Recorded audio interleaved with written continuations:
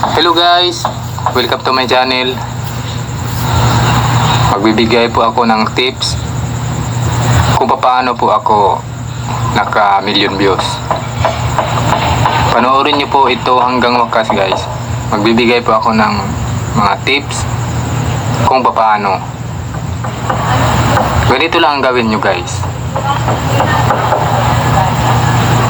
Di ba tayo nag-upload po sa ating mga short videos doon sa Reels?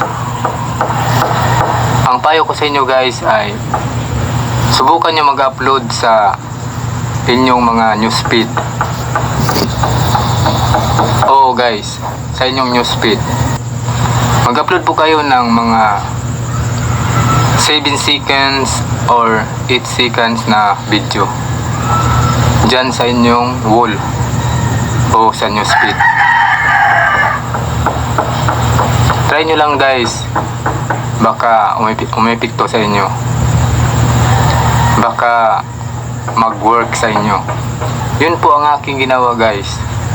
Hindi ko siya in-upload sa Reels, kundi doon ko siya in-upload sa newsfeed, yung 7 seconds na nag-viral na video ko. Kaya subukan nyo lang guys. At kung palagay nyo hindi umipikto sa inyo o hindi nag-work, ay marami bang paraan dyan.